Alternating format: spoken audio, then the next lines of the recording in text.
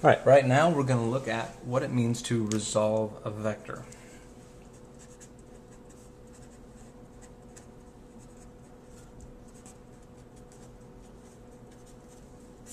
And all we're doing here is breaking a vector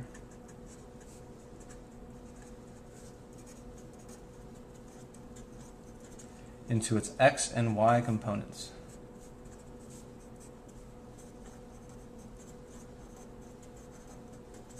So all that really means is that we're going to take an angled line. So let's say our vector, our displacement vector, is 100 meters at 30 degrees north of east. So what's important for us first is to go ahead and draw this thing. Now, let me do a little thing to help us out here. We're going to go both north and east, so we know we're going to be in this quadrant. And it says our angle is north of east, which means we start off east and we go north from there. So we're looking at 30 degrees right there.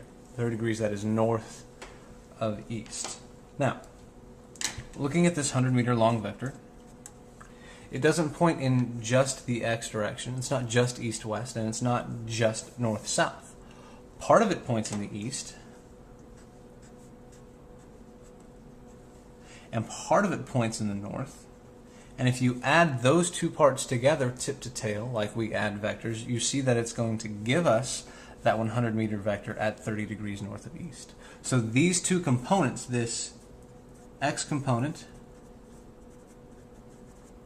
and this y component, when you add them together, make up our total vector. So these components are nothing more than the building blocks of a more complicated vector. And it's nice to use components because no matter how our vector looks, or how other vectors that we're going to add that vector to look, they have x and y components that can easily be added together. So to get this, we need to use some trigonometry, which means that we'll be using sine of theta, cosine of theta, and tangent of theta. So if we use this as an example, for this example, theta is equal to 30 degrees. Theta is just a Greek letter, and it's going to be our variable for an angle. So if that's theta, that makes 100 meters my hypotenuse. That makes my y component, because it is opposite of that 30-degree angle, my opposite side, and it makes my x component my adjacent side. Now, y is not always going to be the opposite side. There's an example that we're going to do later on that shows it as the adjacent side. It depends on what kind of vector you're given. So you're going to have to figure that out every time. In this example, it happens to be that way. So, from our definition of sine, cosine, and tangent, we know that sine is opposite over hypotenuse, cosine is adjacent over hypotenuse, and tangent is opposite over adjacent. I'm sure we all know the SOHCAHTOA thing. So let's look at getting our x component. Because our x component is adjacent, we're going to start off using cosine. Cosine of 30 degrees. I'm going to use 30 degrees because I know that angle.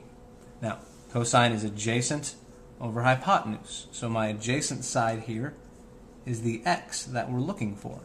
The x component, my hypotenuse, is 100 meters. So my x component is going to be equal to 100 times the cosine of 30. So when I multiply that out, 100 times cosine 30, we see that that x is 86.6 meters. And because that's pointing in the positive x direction, my x component is positive 86.6 meters. Y is going to be a very similar process, but this time, looking at our y component, it is the opposite side. So I have the opposite, and I know the hypotenuse. I'll be using the sine of that 30-degree angle. I know the sine of that 30-degree angle is going to be my y component, the opposite side, divided by my hypotenuse, 100 meters. Solve for y, and it's 100 sine 30. Put that into our calculator, and we see that y comes out to be 50 meters. And again, that's pointing in the northward direction, so that's going to be a positive 50 meters. So looking at this, I have my x component to my vector and my y component to my vector. I can put both of these things together to get this, or I could use these in a problem to add all of my x's to all of my y's.